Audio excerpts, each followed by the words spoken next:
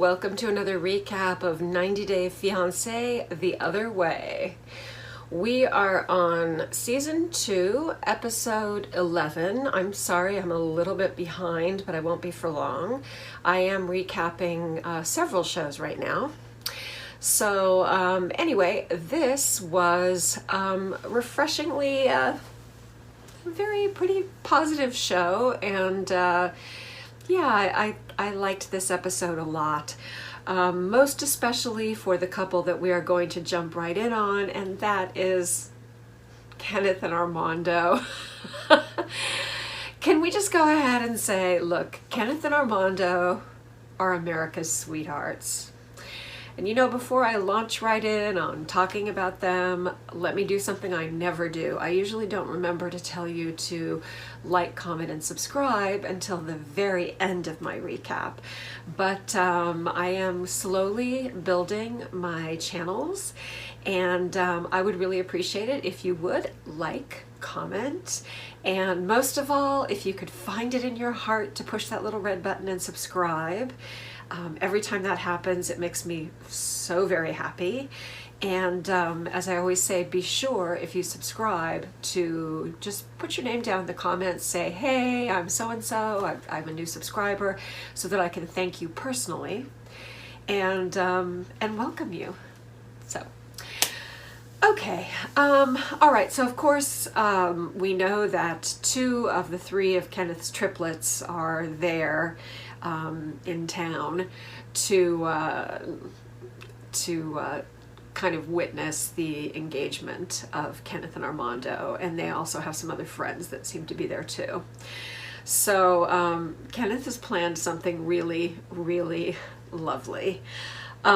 He is so excited because, remember, on one hand, Kenneth is lucky because he's from the generation that he's old enough to have been out for a long time, to be very comfortable with who he is, and to have known what it's like to be accepted by, you know, by most of your society and by your family, whereas Armando, being younger and from, you know, a different culture, a more macho culture, has not experienced that. But on the other hand, because he is from that older generation, Kenneth lost so many of his friends to AIDS in the 90s. And I think that, I mean, everyone knows about the AIDS epidemic, but I mean, I also lost a number of friends in the 90s. And we almost forget now that there was a time when it was a death sentence. It was terrifying when a friend was diagnosed with HIV, let alone when they finally got full-blown AIDS. It was just a matter of time. So you know, so Kenneth is feeling very emotional that he kind of survived that time, that he lived through that time, that he kind of staked his place in this world, that he's proud of who he is, and that he's found his love, and the man he wants to marry. They're just so sweet together. He says something that just absolutely makes me, because I feel the same way. He says that he wishes his friends who died in the 90s could have seen how much the world has changed. Obviously not all the world, but oh my goodness, look at how much America's changed. Anytime you worry about all these weirdo right-wing people and you feel depressed, just think about how far we've come. Because honestly, you know, gay acceptance in this country is something, and in like most of Europe, is something that is pretty much now rooted in our society. And fortunately, the people who fight against it and still want to say that it's, you know, that it's somehow wrong, they're the weirdo fringe, thank God. So, I mean, there's a lot of them still in this country. There's a lot of them, but you know what? They're basically, sorry, you're the weirdo fringe. You're the minority. So, okay. All right. Yeah. Of course, he's so sensitive. I mean, Kenneth is a hair trigger crier. You don't ever have to ask yourself, is Kenneth fake crying? No. If he's tearing up and his eyes are getting red, he's crying for real. He's just a really dear, sensitive, sweet person. Okay, but we're going to come back to that. All right, now let's go to the complete polar opposite, fake and faker, Yazan and Brittany. This is the one couple on this show that I'm just so bored with, and I just don't have any, I'm not emotionally invested or even invested in them as entertainment. Yeah, they're the weak, they're the weak component of this season. I mean, Jenny and Sumit aren't exactly thrilling right now, but you know, at this point we kind of have gotten to know them, so we care about them more. Yazan and Brittany, I don't know. Okay, so he takes her to a mosque, and you know, she plunks down in the women's section, so he can't be with her. She doesn't know any woman there. You know what, to be in the women's section in the back of a mosque, she's pulling out a Quran from the shelves. It's all in Arabic. She can't understand a word. Really, what is the meaning of this to her? Yazan is just physically planting her in these situations, thinking that somehow she's going to become a Muslim by osmosis.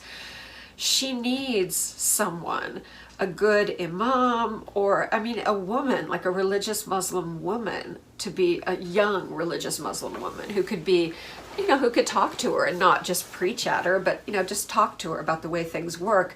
And also, you know, go to mosque with her, sit with her, explain what's happening. You know, you can even get, of course, you can buy copies of the Quran that are side by side, Arabic and English or any other language. I read some Hebrew, but I go to an Orthodox shul, and even in Orthodox shul, there are Sidurim, prayer books that are Hebrew on one side and English on the other. There's no shame in that. Lots of people use the English. I know some prayers in Hebrew, but a lot of it, you know, I need the English. So I wonder, you know, he doesn't have like a I was going to say a cousin, but then maybe that would be a potential wife for him. I don't know, but a relative or a sister-in-law or just somebody that is known by his family that could come and kind of take her by the hand and guide her. This to me seems like the most logical way to go about it, but I don't think either one of them are that sincere, especially Brittany. I mean, she's saying over and over again, I'm not really interested. I'm not really interested. Again, I repeat then, Brittany, go home. Don't mess with this guy. I mean, he's having fun. He thinks, oh, I'm with a, you know, Instagram sensation girl, an e-girl. But, you know, really, is it, Yazan, how many people in Jordan watch 90 Day Fiance? I don't know. I guess there's, you know, it's everywhere, but you know this isn't going to work. You guys are not going to get married. And I don't think you're that deeply in love with her spiritually. I think you think she's hot. And you've kind of had your fun with her. And go marry someone appropriate. That's why this whole thing is really annoying to me. Okay, so she kind of wears a sloppy hijab to the mosque, but you know, no shame. I go to Muslim festivals and services with some of my Muslim friends in India, and it's taken me a while to learn how to really do hijab correctly. Although actually once I learned about the giant headband, that's the secret. You gotta have the giant headband and then you put the hijab over it. Throw it over both ways, and it's kind of made out of this, if you get a good one, it's made out of this great material that kind of sticks to itself, so it doesn't keep sliding down. It stays perfectly, and all you see is, you know, the face and no hair. And then of course, being me, I go all out on my makeup. If I'm ever wearing hijab, I'm like, oh, my eyes are done to the gods. I'm like, I'm gonna have like, you know, because there's nothing that says, there's nothing against wearing makeup. Not with the Muslim crowd I hang out with. They're pretty religious. You have to wear hijab to religious services, but you know, yeah, makeup is fine. So, you know, I'm gonna go for that. And I'm gonna have really cute sandals, and my nails are gonna be done. So anyway, okay, she gets to the mosque, and they put an abaya on her because Yeah, this is Jordan. It's extremely conservative, and even though she's not dressed, you know, in a shocking way, still she needs to wear an abaya at this mosque. So she's very, very covered up. She says well, I mean, basically her only religion is positive manifestation, that, you know, what you believe, you make happen, you manifest what you want, which I think is a very basic and valid idea, which has nothing to do with these people that have gotten rich off it, like the woman who wrote The Secret. This is just common sense, and this is old Norman Vincent Peale power of positive thinking from the early 20th century. This has been around forever. There's no secret. You know, there's also an old Yiddish saying, you know, think well and it will be well. So, yeah, there is something to that. So, okay, that's fine. She doesn't have to be any specific religion. I wrote, yeah, so basically The Secret is her Quran. After they come home from the mosque, he shows her how to wash for prayer. I'm like, I guess... all right. He could have showed her before they went to the mosque, and then that way she could clean her hands and face before actually praying. But anyway, he decides to teach her at her rented apartment. And, you know, oh, she's so funny. She's like, no, my lashes are going to get wet. Well, honey, I totally understand how you feel. But remember, it only takes 2 days for your lash extensions to cure. After that, you can get them wet. You just don't want to, like, beat them with, you know, stand under a waterfall or anything, or go swimming every day. But 48 hours to cure good lash extensions, for the glue to cure. And then you're fine, Brittany. You'll be fine. I know she's worried probably because she's going to be there for like a month, and she's thinking, my lashes aren't going to last. I know what she's doing. I do that too when I travel. I get mine filled every 2 weeks, and, you know, sometimes I'll go to see my friends in India, or I'll travel someplace and it'll be like 3 weeks, and I'll be like, okay, that's okay, that's fine. But then if it's like a 1 month trip, which occasionally I'll go somewhere for 1 month, I'm like, it's okay. It just, I mean, look, I still have lashes under the extensions. It's not like I have no eyelashes, but it's just funny, the stupid little vain things that we get so addicted to, and we think, you know, like, oh, my shellac manicure is going to last 2 weeks, and my shellac pedicure is going to last maximum 4 weeks. We're such creatures of, you know, the urban beauty jungle and the things that we do.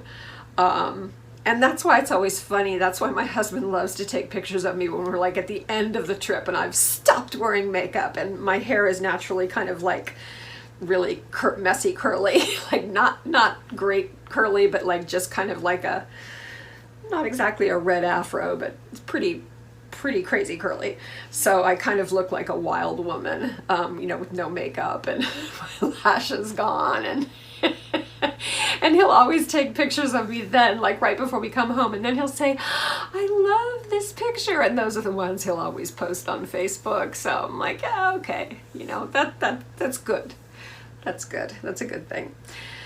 All right. Oh, I forgot that you also, when you're washing for prayer, you wash your hands, your face, and your mouth. You put water inside your mouth.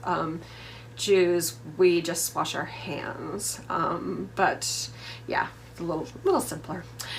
Okay. All right. So now let's go to Deavan and Jihoon, which is just kind of getting sad. It's not boring, it's just, it's sad. I feel bad. I feel bad for both of them. You know, Deavan's got this baby, and Jihoon is just, I honestly believe that he is one of those people who's just kind of always a little bit depressed, kind of a sad sack, kind of droopy dog, you know, ooh, okay. I think he does feel bad about the stupid things that he does, but then he just is so immature that he'll just go and continue and do the same stupid things. He's a child. So, okay, they move out of the hotel to a better apartment. They have found a better apartment. Mom and Dad are driving Alicia, and we get to the apartment, and it is nice. That is a nice, big apartment in Seoul, and TLC is paying for that. That would be an expensive apartment. It's it's good. I mean, this whole thing was done for the TV. I think they picked that crappy little tiny apartment for effect, and now they're putting them in this beautiful apartment. I think was probably pretty fake and done by TLC. Alicia feels a little bit funny because she said, on one hand, I'm happy, of course, that Deavan and the kids are going to be in a better place, in a safer place, but part of me is selfishly upset because I don't really want her to stay here. I want her to come home with me, which even though Alicia is a giant Karen and a pain in the ass, it's kind of understandable that a mother would not really be thrilled about her daughter staying with Jihoon. From what she knows of him, he's not that impressive at this point. And he's not a kid. He's not 18. You know, he should be kind of picking up his game by this point. All right. Now Deavan is feeling very confident. Girl, don't get too confident. It's still Jihoon. TLC stuck you in a nice apartment. And now you're all like, everything's going to be fabulous. It is going to be amazing. You know what? The apartment is for 1 month, and then you have to find a permanent solution, and TLC isn't always going to be there, and I don't know how long your Insta fame is going to last, so you better pick up on those cameos and those, what's the other one, OnlyFans. You better get all of the money you can from those while you can, because life is very expensive in Seoul, and I don't think Jihoon is a rainmaker. I don't think he's going to go out there and bring in a fortune. She'll probably make more money if she can like model or something. Okay. Yeah, of course, you know, obviously Jihoon feels pressure. Jihoon feels pressure if he's told that he has to get out of bed. He is someone who is extremely sensitive to the tiniest bit of pressure. Let's not kid ourselves. He's not a go-getter. Cute, absolutely. Adorable, but yeah, not a go-getter. Okay. All right. Tiim and Melyza, and we continue on with basically the same plot, which can be summed up in 3 ways: the affair, and the affair. All right, Tiim wants to tell Dad why. So they're going to have dinner with Dad. Okay. You know, this is, again, I know that a lot of this is just for TLC. It's just for 90 days. It's just for reality television. But you know what? There are times in life where people think, I have to confess doing something. That, no, you don't. I mean, there are certain things that, let's say you did something. It's highly unlikely that you're ever going to do it again. And... you know, yes, it was appropriate that he told Melyza so that she knows what she's getting into. And of course, Melyza's going to tell her mom. But they both agreed, we're not telling Dad. Because Dad will never get over it. We might be able to in time forgive him, but Dad will never get over it. So Tiim is like, oh, I have to tell Dad, I have to tell Dad. And I feel like when you're doing that, you're not really thinking about other people. You're thinking about yourself. You want to get it off your chest. I'm sorry, I'm sorry, I'm sorry. You know, you just want to wallow in that guilt. There is no reason for you to tell her Dad. No. Wait until after you're married and you have a baby or something, or just don't tell them at all. There are certain things that don't need to be known by the whole world. And at this point, her dad does not need to know this. Okay. One thing that I've noticed about Tiim is when he speaks Spanish, his accent is excellent. He clearly has a good ear for languages. He keeps saying, oh no, my Spanish isn't good enough. But man, his accent, his pronunciation is really good. And he's in Colombia. And I mean, Colombians especially, well, they're in Medellin, which is not bad accent. But I mean, like Bogota, Colombia is the best accent in Latin America. It's perfect. That's like newscasters would have that accent. It's a great accent. I mean, I know there's charm in a lot of different accents, but I love that Colombian accent. I love it. It's the easiest for me to understand. I try to, I mean, not that I'm ever going to get rid of my American accent, but I try to copy that accent. That's like my dream. To sound like I'm from Bogota, that's never going to happen. Anyway, so he decides that he can't quite tell everything to him without having Melyza intervene a little bit to translate.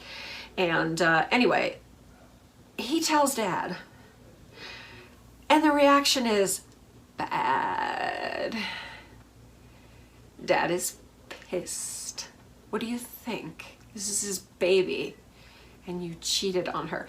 Not only that, he really welcomed you into the family and looked on you already like a son. He loved, past tense, you. So now he says he no longer sees Tiim as a son. Good work. So now, Melyza says that she wants to give him a chance. Dad says, I think you should break up. Tiim is so lucky that for whatever reason, Melyza is like, she loves him. She loves him. You know, she wants to give it a try. So now both parents can't stand Tiim. So yeah, good luck. He's got a real uphill struggle now. He's gonna have to, yeah, he's starting from less than 0 now. So yeah. All right, now back to something super happy. Kenneth and Armando and the proposal, and he takes Armando to a hotel that they love, and it's on a cliff with the waves and the rocks below, and they're gonna have lunch there, and oh my God, they're so cute. So Armando thinks they're just going out for a nice dinner. He does not know that this is a proposal. Kenneth is just so, he's so awesome. It's raining, and he comes around. He does something that I love. He comes around with an umbrella and opens Armando's door with the umbrella. I love it when my husband does that. It's just, those are like those little old-fashioned things that I really love. I really do. I'm a sucker for that. Okay. All right. Now, they go down, and he says, you know what, let's go down and maybe take some photos down by the rocks before we have dinner. And so they go down there, and then they get in this kind of beautiful spot below the cliffs on the rocks, and Kenneth gets down on one knee and does a beautiful proposal. Just well done. Slow claps for that proposal. Just beautiful. He's crying, Armando's crying. You can tell that Armando is genuinely surprised by this. He's, you know, it's a beautiful ring, and yeah, they're both crying, they're engaged. I'm crying, and they look up, they hear cheering, and there's friends and Kenneth's daughters up on top of the cliffs, cheering and opening bottles of champagne, and Kenneth says to Armando, "You are perfect." And I just want to say, TLC, I forgive you. I forgive you for all the many sins that you have committed, throwing horrible, unlikable characters at me for the last few seasons. I forgive you in the name of Kenneth and Armando. Okay, back to Brittany and Yazan and the usual kind of ridiculousness. Okay, all right, so his parents want to talk to Brittany about when she's going to become Muslim. She still does not want to be Muslim. She has never claimed that she is going to convert or said that she wants to. She won't even say, I am interested in converting. In fact, she says the opposite. He is such a crap Muslim trying to force her to convert. He's telling her, well, you have 3 days because we have to go ahead and get this done, and we have to, you know, get ready to get married. And P.S. not knowing that she's still married. This is just a mess. It's a shit show. Yeah, but I mean, really, he's like, he is never, ever, ever, ever are you supposed to pressure or force someone to convert. Not to Islam, not to Judaism. I mean, I guess the conquistadors were pretty big on forcing people to convert to Catholicism back in the day, so I don't know about Christianity these days, but I can tell you, you're not supposed to do that in Judaism or Islam. I mean, obviously there are extremists maybe out there, but you know, it's not supposed to be done. All right, she stupidly says, I just want to stay here with you. Oh, dum-dum. Hey, anybody there? if you want to stay there with him, live with him, be his girlfriend, this is not possible. You have to be a Muslim and marry him. Being his live-in girlfriend, or what, you want him to get married to a cousin or somebody who's more suitable, and then you want to be his side piece? No, you're doing this for clout. You're going to go right back to Florida, and you're going to go back to making your, you know, videos. But I'm warning you, videos have gotten a lot more hardcore since you left, so I guess by now she's back here and she knows. I was just like, I watched. I mean, I have to admit, it's funny that I'm bringing this up, but I have to admit, I have watched WAP like several times because it's, to say this sounds so corny, but on the level of art, cinematography, the costuming, the lighting, everything, it's amazing. It's amazing on the level of filmmaking. And so I guess because I kind of see everything through that lens, and I also just think that Cardi B and Megan Thee Stallion just look so beautiful in it. I'm like, I don't know if I want to say enchanted by it, but I'm not sure that I have the same reaction to it that some people do. Plus, it's just a good song. It's a good jam. You know, I like that kind of like slow kind of driving, that kind of bass in the background, and then, you know, that sample of, I can say this right, there's some whores in this house, there's some whores in this house. I just like, what can I say? I don't know. I think it's interesting, and it's right. It's what we needed right now. We needed some interesting things culturally to take our mind off everything else that's going on. And obviously, many people have many different things to say about it, but I think that it's a fantastic piece of filmmaking. And I like the song. Do I love all of the lyrics? No, but it's not anything we haven't heard before. I don't see exactly what the big deal is. I mean, it's just, yeah, I can't believe I'm talking about WAP, but yeah, so, yeah, not all boomers are, oh my God, but then again, I've always looked at videos as movies, and so I've never stopped keeping up with like current videos, whether it's hip-hop, whether it's reggaeton. I love reggaeton, bachata, whatever, all the different kinds of music that I like. I'm a connoisseur of videos, so, and I think that is one of the best videos I've ever seen. There, I said it. Okay.